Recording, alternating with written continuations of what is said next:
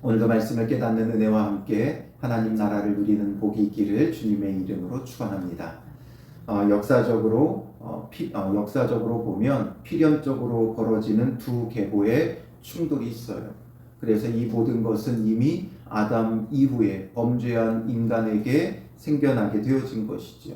범죄한 인간을 하나님께서 구원하시는 구속사의 계보, 즉 그리스도의 계보가 있는가 하면 또 반대로 이제 반드시 멸망할 멸망의 계보, 즉 적그리스도의 계보, 또 사탄의 계보가 있는 것이죠.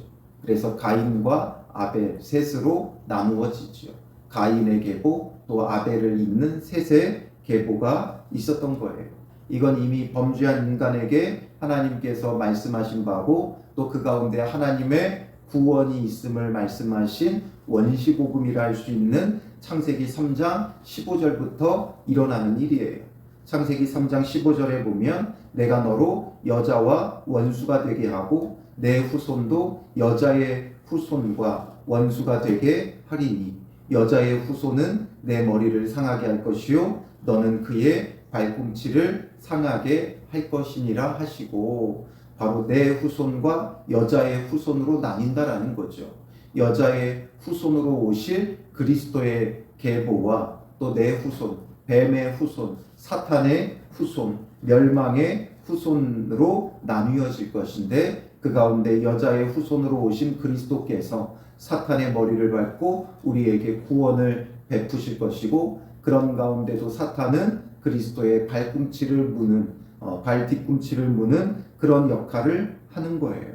그래서 이제 다윗이 유다의 왕이 되었을 때도 이제 곧 이스라엘의 왕이 될 것 같지만 이 다윗의 계보, 여자의 후손을 잇는 다윗의 계보가 있는가 하면 또 사탄의 계보를 잇는 자들이 또 발생해서 필연적으로 이 갈등과 싸움이 일어나는 거예요. 그래서 오늘 본문에도 이제 다윗이 유다의 왕이 됐지만 여기에 반해서 이제 아브넬이 사울의 아들 이스보셋을 데리고 마하나임으로 건너가 그를 왕으로 세우며 이스라엘을 규합해가지고 다윗을 또 대적하는 거죠.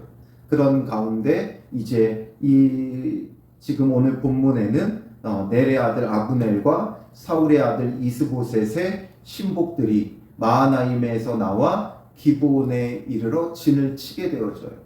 그러니까 또 이제 반대로 다윗의 편에 있는 다윗의 군 장관이었던 요압과 다윗의 신복들도 나와 기브온 목가에서 그들을 만나 함께 앉으니 이는 못 이쪽이요 그는 못 저쪽이라. 그러니까 기브온 못가의 양쪽 편으로 나뉘어서 이들이 대치하고 앉게 되는 거죠. 아마도 서로 이 기브온 못가를 차지하려고 했던 것으로 보여져요.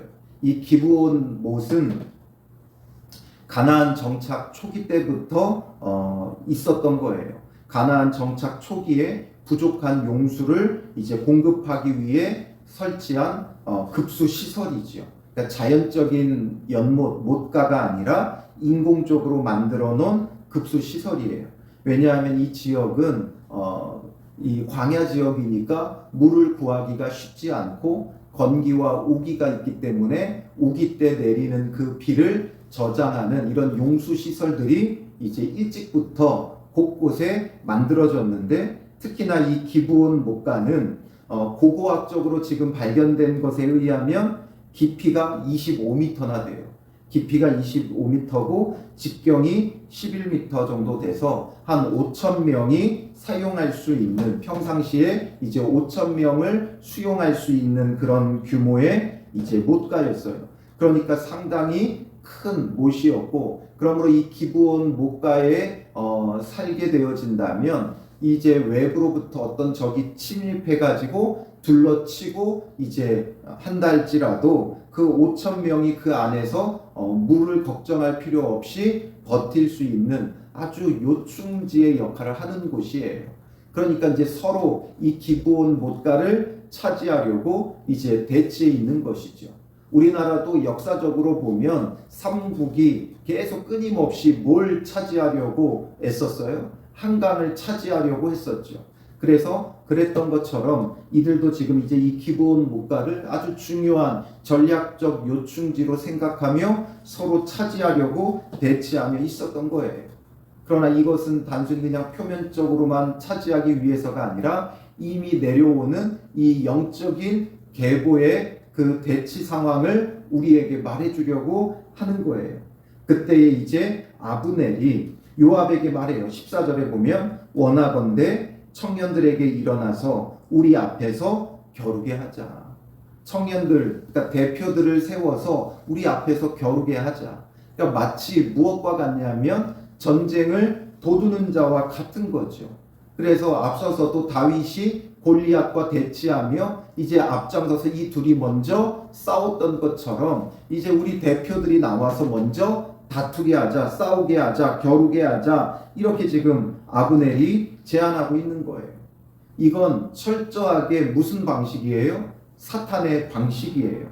왜냐하면 싸움을 도두고 함께 전쟁을 치르고 싸우게 하고자 하는 것이죠. 서로 싸우면 누군가가 이겼다, 졌다라고 말할 수 있는 게 있지만, 그러나 그 안에 내면적인 걸 들여다보면 서로가 다 뭐가 되는 거예요? 패배한 거예요. 서로가 다 죽임당하고 손해를 볼 수밖에 없는 거죠. 그러니까 사탄은 늘 대적하고 싸우게 만드는 것, 대적하고 싸우는 것은 사탄이 하는 짓이고 사탄의 계보에 있는 자들이 하는 일들이에요. 그러므로 우리는 어떤 상황에도 함께 대적하고 싸우고 멸하는 그런 행동을 하면 안 되죠. 그런데 요압은 이 사탄의 계략에 어떻게 돼요? 휘말리게 되어져요. 그러니 철저하게 우리는 싸우는 방식이 아닌 오히려 내어주고 또 손해보고 낮아지는 게 필요해요. 예수 그리스도의 방식이 그런 것이잖아요. 예수님이 힘이 없어서 십자가에 죽으신 것이 아니에요. 사탄은 예수님을 대적하여 예수님이 저들과 함께 싸우게 만들려고 했고, 그래서 예수님으로 하여금 저들을 완전히 심판하고 멸하고 죽이게 하려고 했으나 예수님은 사탄의 계략에 빠지지 않고 오히려 자기 자신을 십자가에 내어주심으로 십자가에 죽으신 것 같았으나 부활하시고 사망 권세에 이기심으로 온 인류의 참된 구원을 가져다 주신 것이죠. 그러니 아브넬은 이미 다윗을 대치하며 사탄의 계보에 있기 때문에 대적하고 멸하고 죽이기 위해 이렇게 겨루고자 했는데, 요압은 그것을 알지 못하고 요압은 다윗의 군 사령관임에도 불구하고 일어나게 하자, 14절 말미에 말하죠. 그러니까 함께 싸우게 하자, 여기에 동조한 거예요. 그래서 그들이 일어나 그 수대로 나아가니 몇 대 몇으로 싸우게 한 거예요? 12대 12로 싸우게 한 거예요. 그래서 베냐민과 사울의 아들 이스보셋 편에 12명이요 다윗의 신복 중에 12명이라. 그래서 각기 상대방의 머리를 잡고 칼로 상대방의 옆구리를 찌르매. 그러니까 싸우다가 이 싸움이 점점 격렬해지니까 어떻게 되어져요? 서로의 머리를 잡고 칼로 상대방의 옆구리를 서로 찌른 거예요. 그래서 어떤 결과가 일어납니까? 일제히 쓰러진지라.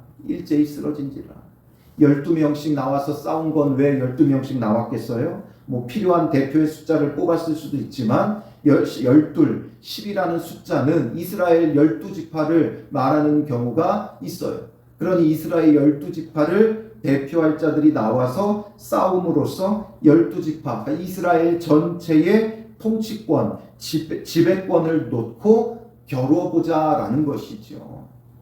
그런데 그 가운데 이긴 자가 있습니까? 아니에요. 서로 머리를 잡고 옆구리를 찌르며 결국 일제히 쓰러진지라. 이 양쪽의 12명이 전부 다 죽었어요. 이 12명은 어떤 12명이었겠습니까? 각 진영에서 그래도 각 진영을 대표할 만한 용기 있고 힘세고 아주 전쟁에 능한 용맹한 자들, 그러니 각 진영에 너무나도 소중하고 중요한 장수들이었을 거예요. 대표적인 장수들이 나와서 서로 찔러 죽이며 서로가 피해를 입게 되어지는 것이죠. 사탄이 원했던 건 이거예요. 함께 죽이는 것이죠. 그래서 그러므로 그곳을 헬갓 핫수림이라 일컬었으며 기브온에 있더라. 헬갓 핫수림, 이 말은 날카로운 칼의 밭이라는 뜻이죠. 그래서 서로를 죽여요. 이것이 어떻게 승리자가 있습니까? 그러니 이제 싸움이 이제 점점 맹렬해지죠. 이 열둘은 전쟁을 도두는 자들이었어요. 싸움을 도두는 자들이었어요.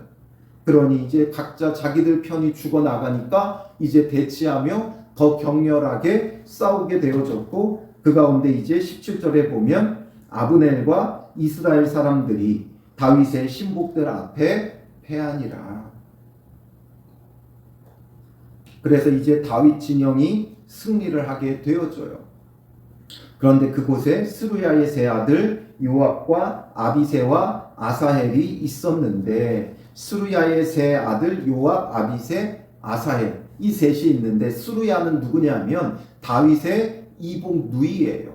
그래서 이복 누이가 낳은 이 세 아들이 있는데, 이 세 아들은 전부 다 아주 용맹한 장수들이었어요. 그래서 이제 다윗의 편에서 이 가운데 요압이 군대 장관의 역할을 하고, 그리고 그의 동생들인 아비새, 아사엘, 전부 다 아주 전쟁에 능한 용맹한 장수들이었어요. 그런데 그 가운데서도 특히나 이 아사엘은 어떤 특징이 있었냐면, 그 아사엘의 발은 들노루같이 빠르더라. 들노루같이 빠르더라. 굉장히 발이 빠른 자였어요. 그러니까 자기가 이제 이 전쟁에서 승리하고 나서 보니까 내가 이제 아브넬을 뒤쫓아가야 되겠다. 그 발 빠른 것으로는 그 누구에게도 뒤지지 않기 때문에 저들이 이제 패해서 도망가는 꼴이잖아요. 그러니 내가 쫓아가 가지고 저 아브넬을 죽이고 이제 이 전쟁을 완전히 끝내자. 그리고 지금 이 아브넬이 어떤 사람이었어요? 아브넬은 본래 사울의 군대 장관이었고, 사울이 죽자 사울의 아들 이스보셋을 왕으로 세우며 이스라엘을 규합한 자예요. 그러니 실제적인 이 이스라엘의 그 모든 권력은 누구에게 있었냐면 아브넬에게 있었어요. 이스보셋은 어떻게 보면 그냥 왕으로서 추대만 한 것이고, 실제적인 모든 권력은 아브넬에게 있었기 때문에 이 아사엘이 보기에는 이제 이 전쟁에서 패하고 도망가는 저 아브넬만 잡아서 죽이면 이제 이 전쟁은 끝나고, 또 다윗을 대적하는 무리들도 이제 흩어질 수밖에 없고 다윗이 왕이 될 수밖에 없다. 이제 다윗이 왕이 되는 초석을 내가 놓겠다라는 그런 마음 가운데 이제 아브넬을 쫓아가려고 한 거예요. 그래서 아사엘이 19절에 아브넬을 쫓아 달려가되 좌우로 치우치지 않고 아브넬의 뒤를 쫓으니, 좌우로 치우치지 않고 아브넬의 뒤를 쫓았다. 그러니까 오직 아브넬만 보고 달려간 거예요. 그러니까 주변에 어떤 적이 있고 또 누가 있든지 신경 쓰지 않고 자기가 발이 빠르기에 누가 뒤쫓아오더라도 오직 아브넬만 보고 달려갔다는 거죠. 그래서 이 아브넬만 내가 잡으면, 내가 이 아브넬만 죽이면 이 전쟁은 끝난다. 그리고 다윗이 이제 진정한 이스라엘의 왕이 될 것이다. 이 생각 속에 쫓아가요. 그런데 그가 놓친 게 한 가지 있어요. 이 전쟁에서 승리해서 저들이 도망가니까 아브넬을 너무나 무시했던 거죠. 사실상 이 아브넬은 사울 때부터 군대 장관이었어요. 그래서 늘 전쟁터에서 살았고, 앞에서도 보았지만 사울이 사는 동안 전쟁에서 거의 다 이겼어요. 패배한 전쟁이 없었어요. 마지막 사울이 죽은 그 길보아 전투에서만 사울이 패하고 죽었지 수많은 전쟁에서 승리했어요. 그러니 그런 전쟁터에 있었던 아브넬은 이제 얼마나 그 전쟁터에서 잔뼈가 굵었고 전쟁에 능해요. 비록 지금 패하여 도망간 꼴이지만 그렇다고 하여 아브넬이 아무것도 아닌 존재가 아니라는 거죠. 그러니 그렇게 강력한 아브넬인데 아사엘은 그냥 아무 생각 없이 그를 뒤쫓아가게 되어지는 거예요. 전쟁에서 패해서 도망가니까 내가 쫓아가기만 하면 그를 이길 것이다. 그러니까 어찌 보면 그는 굉장히 교만해진 거죠. 그러니 아브넬이 20절에 뒤를 돌아보며 이르되, 이제 자기를 쫓아오는 자가 누군지를 본 거예요. 그랬더니 이렇게 쫓아오는 건 누구밖에 없어요? 아사엘밖에 없지요. 이렇게 빠르게 나를 쫓아올 수 있는 건 아사엘밖에 없다는 걸 아브넬도 안 거예요. 그래서 아사엘아 너냐 말하니까 아사엘도 나로라 말하죠. 그러니 아브넬이 너는 왼쪽으로나 오른쪽으로나 가서 청년 하나를 붙잡아 그의 군복을 빼앗으라. 나를 쫓아오지 말고 차라리 좌우로 아무데나 가서 그냥 아무나 붙잡고 그의 군복을 빼앗아라. 그러니까 아무나 가서 잡아서 죽이고 그의 것을 약탈하고 전리품이나 얻어서 가라 이거예요. 그건 아브넬이 보기에도 아사엘은 가소로웠던 거죠. 이 세 형제 중에 아사엘이 막내예요. 그러니 아직 어리고 젊어요. 그러니 이 아브넬도 그것을 알고 자기에게 와봤자 어차피 죽임밖에 당할 수 없는데, 그리고 또 이 앞에 구체적으로 어떤 사연이 있는지는 모르지만 이 아브넬과 요압은 굉장히 친밀했던 사이였던 것 같아요.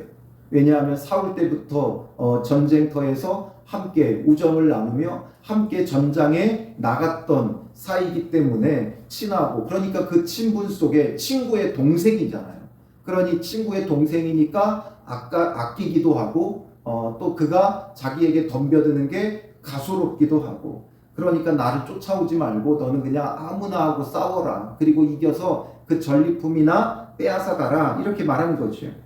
그런데 아사엘이 어떻게 해요? 그렇게 하기를 원하지 아니하고 그의 뒤를 쫓음에 아브넬이 다시 아사엘에게 이르되 너는 나 쫓기를 그치라. 충고하는 거죠. 나 쫓기를 그쳐라. 내가 너를 쳐서 땅에 엎드러지게 할 까닭이 무엇이냐? 그렇게 하면 내가 어떻게 내 형 요압을 대면하겠느냐? 내 형 요압을 내가 어떻게 대면하겠느냐? 널 죽이면. 그러니까 비록 지금 양 진영의 군대 장관이 지금은 되어 있지만 사실 요압을 어떻게 보겠느냐? 이것은 이제 요압과 함께 그동안 전장에서 쌓았던 우정이 있는 거예요. 그런데 이 요압의 동생을 죽이게 되면 이제 둘은 완전히 철천지 원수가 될 수밖에 없는 거죠. 그럼에도 불구하고 그가 물러가기를 거절하네. 아사엘이 물러가기를 거절해요. 형의 친구예요. 형의 친구고 전장터에서 늘 살아온 적군의 장수예요. 그러니 그 앞에 자기가 홀로 선다면, 지금 양 진영 간에 대치했을 때는 자기 진영이 이겼을지 모르지만 적군의 장수를 자기가 감당할 수 없다라는 것을 그는 깨닫지 못한 거죠. 그러니 끝까지 달려들게 되어져요. 그래서 어떻게 됩니까? 아브넬이 창 뒤끝으로 그의 배를 찌르니 창이 그의 등을 꿰뚫고 나간지라. 잘 보세요. 아브넬이 창으로 찌른 게 아니에요. 어디로 찔렀어요? 창 뒤끝으로 찔렀어요. 그러니 지금 아브넬은 이 아사엘을 죽일 마음이 있는 거예요? 없는 거예요? 없는 거예요. 그냥 돌려보내려고 창 뒤끝으로 찔렀다라는 거죠. 그런데 이 아사엘은 교만하게도 겁도 없이 덤벼들었다가 그가 발이 빠르니까, 그러니까 얼마나 빨리 뒤쫓아왔으면 창 뒤끝으로 그냥 찔렀는데도 불구하고 배를 찔렀는데 그 창이 그의 등을 꿰뚫고 나갔다라는 거죠. 그래서 결국에는 곧 그곳에 엎드러져 죽음에, 결국에는 자기의 교만함과 자기의 힘으로 자기의 의로 무언가를 해보겠다고 덤벼들었다가 이 아사엘은 죽게 되는 거예요. 우리가 지금 하나님이 택하신 다윗을 통해 이 땅 가운데 하나님 나라를 이루어가는 과정을 보는데 계속 강조되는 게 무엇이냐면 하나님의 나라는 우리가 이룰 수 있는 게 아니라는 것을 지금 계속해서 보여주고 있죠. 심지어 이 아사엘도 전쟁에서 승리하고 적군의 장수를 쫓아갔지만 결국에는 자기의 힘으로 다윗의 나라를 이루어 보겠다는 거예요. 그리고 이 전쟁을 그치고 이 전쟁을 완전히 끝내고 다윗의 나라를 이루어 보겠다는 자기의 그 의와 자기의 공로를 위해 덤벼들었다가 결국에는 죽게 되는 것이죠. 예수님의 방식은 자기의 힘과 노력으로 이루는 게 아니에요. 예수님조차도 자기 뜻대로 하지 않았고 철저히 아버지의 뜻대로 순종하며 보내신 이의 뜻을 이 땅 가운데 이루기를 힘썼죠. 그러니 아사엘은 자기가 다윗을 위해 이 전쟁을 끝내고 다윗의 나라를 만들겠다라고 덤벼들었지만 결국에는 철저히 이것이 뭐예요? 아사엘의 교만이었지요. 하나님께서 하나님의 때에 하나님의 방법으로 이루시는 거예요. 앞선 본문에서도 굉장히 강조했지만 하나님의 뜻을 이룬다는 건 하나님의 때를 기다리는 거죠. 하나님께서 그래도 다윗의 편을 승리하게 하셨어요. 양 진영이 대적하고 사탄의 방식에 자기들도 모르게 함께 동조하며 빨려 들어가 이렇게 지금 싸웠지만 그럼에도 불구하고 하나님은 다윗의 나라를 세우기 위해 다윗 진영이 이기게 하셨는데 여기서 아사엘은 멈추지 않고 끝까지 내가 이 전쟁을 승리로 이끌겠다고 덤벼들었다가 결국에는 죽은 거예요. 잠언 16장 18절에 말씀하죠. 교만은 패망의 선봉이요 거만한 마음은 넘어짐의 앞잡이니라. 이 전쟁은 하나님의 때에 하나님께서 끝내시는 거예요. 내가 나의 때에 나의 힘으로 끝내는 것이 결단코 아니라는 거지요. 그러나 아사엘은 그것을 모르고 덤벼들었다가 결국에는 엎드러져 죽었고 아사엘이 엎드러져 죽은 곳에 이르는 자마다 머물러 섰더라. 정말 이 전쟁이 지금 일시적으로 멈추게 되는데 사람들이 쫓아오다가 이스라엘 진영이 쫓아오다가 지금 아사엘이 엎드러져 죽은 곳에 이르자마자 그들이 놀라서 멈추게 되는 거지요. 다시 한번 아브넬을 보게 되는 거예요. 야, 아브넬이 보통 사람이 아니구나. 그걸 깨닫고 이들이 여기서 멈춰 서는 거죠. 더 이상 덤벼들지 못하는 거예요. 아사엘이 앞장서서 나가지 않았다면 어찌 보면 이제 이 지금 다윗 진영에서 끝까지 쫓으며 이들을 멸했을 수도 있어요. 그런데 자기의 힘으로 이것을 뭔가 끝내보겠다고 하더니 정말 여기에서 끝나게 돼요. 자기 때문에 오히려 이 전쟁이 완전한 승리로 끝나지 못하고 멈춰서게 되어지는 것이지요. 주님의 방식은 싸우고 멸하는 데 있지 않아요. 예수님께서 십자가에 자기 자신을 내어주신 것처럼 우리에게 싸우자고 덤벼드는 이 악한 마귀 사탄의 계보들, 대적들, 세상 그들과 우리가 맞잡고 싸워서 이기는 게 아니에요. 오히려 우리가 져주고 우리가 패해주고 내어주고 낮아지고 섬길 때 진정한 하나님의 승리가 우리에게 주어지는 것이죠. 그래서 예수님께서 요한복음 10장 17절 18절 보면 내가 내 목숨을 버리는 것은 저들에 의해 죽임당한 것이 아니라 오히려 예수님께서 내 목숨을 버린다라는 거죠. 그것을 내가 다시 얻기 위함이니 이로 말미암아 아버지께서 나를 사랑하시느니라. 예수님께서 자기 목숨을 버릴 때 오히려 그 생명을 얻게 되어 있고 아버지께서 나를 사랑하신다. 하나님 아버지의 방식은 내어주는 거예요. 그래서 다윗은 끊임없이 이스라엘과는 전쟁을 치르려 하지 않고 오히려 다윗은 포용 정책을 쓰는 거예요. 그래서 앞서서도 길르앗 야베스 주민들을 포용하잖아요. 그들을 축복하잖아요. 그리고 나중에는 이 아브넬도 다윗은 포용하려고 해요. 그런데 요압이 어떻게 해요? 자기 동생을 죽인 원수기 때문에 다윗의 말을 듣지 않고 이 아브넬을 죽이게 되죠.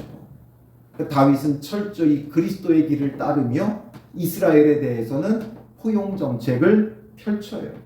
왜냐하면 하나님의 언약 백성들이기 때문에 공적인 관계로 본다 그랬죠. 그래서 이 공적인 관계로 하나님의 백성들을 구원하고 포용하려고 하며 자기 자신을 내어주는 거지요. 그런데 지금 이 아사엘은 그걸 모르는 거예요. 그러니 이 사탄의 계략에 빨려 들어가 결국에는 죽임당한 거지요. 요한복음 10장 18절에 계속해서 이를 내게서 빼앗는 자가 있는 것이 아니라 내가 스스로 버리노라. 나는 버릴 권세도 있고 다시 얻을 권세도 있으니 이 계명은 내 아버지에게서 받았노라. 빼앗기는 게 아니라 버리는 자는 버릴 수 있는 것은 다시 얻을 수 있다는 거죠. 빼앗기는 자는 아무 힘도 없는 거예요. 정말 힘 있는 자는 뭐냐면 빼앗기는 자가 아니라 버리는 자예요. 버릴 수 있는 자는 다시 얻을 수도 있다. 그러니 우리가 세상의 작은 것 버리지 못하고 끝끝내 붙잡으면 어떻게 돼요? 빼앗기죠. 아무 힘 없이 빼앗기게 돼요. 그러나 우리가 오히려 버리고 내어주는 자는 하나님께서 그가 정말 힘 있는 자가 되게 하셔서 다시금 얻게도 하시는 거예요. 그러니 예수님이 십자가에 자기 생명을 버릴 수 있었기에 다시 그 생명을 얻을 수도 있는 거죠. 오늘 우리가 놓지 않으려고 붙잡고 있으면 빼앗기는 자가 돼요. 그런데 오히려 버리는 자가 되면 또 하나님의 때에 다시 얼마든지 얻을 수도 있는 거예요. 돈을 내어주고 버릴 수 있는 자가 또 다시 그 돈을 얻을 수도 있는 거죠. 움켜잡고 있으면 빼앗기게 되어 있어요. 빼앗기면 다시 얻을 수가 없어요. 그러나 우리가 주님 안에서 내어주면 다시 얻을 수 있는 거죠. 우리의 생명도 십자가에 내어주면 주님께서 다시금 얻게 하시는 거예요. 그러니 우리가 이것을 놓치지 말고 세상의 방식에 휩싸여 싸우며 패배하고 빼앗기고 죽임당하는 자가 되지 말고 주님의 방법으로 하나님의 뜻이 하나님의 때에 이루어질 것을 바라보며 내려놓고 버리는 자, 그러므로 진정으로 얻게 되어지는 믿음의 사람들이 되시기를 주님의 이름으로 축원합니다. 기도하겠습니다. 살아계신 아버지 하나님, 우리는 너무나도 어리석어서 얻겠다고 빼앗기지 않겠다고 끊임없이 싸우고 다투고 갈등합니다. 결국에는 사탄의 계략에 휩싸여 우리도 빼앗기고 우리도 죽임당하는 이런 악한 세상의 방식을 따르고 있사오니 이것을 깨닫게 하시고 회개하게 하시고 돌이키게 하셔서 이제는 빼앗기지 않으려고 움켜잡는 자가 아니라 그리스도 예수의 그 구원의 방식을 따르며 우리도 우리의 목숨을 버리는 자, 우리가 움켜잡은 것들을 버리는 자 되어 하나님의 때에 우리가 얼마든지 주님의 뜻을 따라 다시금 얻을 수 있는 믿음의 사람들이 되게 하여 주시옵소서. 우리의 가진 어떤 것이랄지라도 물질도 우리의 생명도 어떤 것도 십자가 앞에 내어놓는 자가 되게 하시고 주님의 때에 다시금 얻을 수 있는 믿음의 사람들이 되어 참된 하나님 나라를 하나님의 방식으로 하나님의 힘으로 하나님의 때에 마음껏 누릴 수 있는 믿음의 사람들이 되게 하여 주시옵소서. 움켜잡음을 회개하는 자 되게 하시고 우리가 스스로 버리기에 또한 다시금 얻을 수 있는 참 믿음의 사람들이 되게 하여 주실 줄 믿사오며 예수님의 이름으로 기도합니다. 아멘.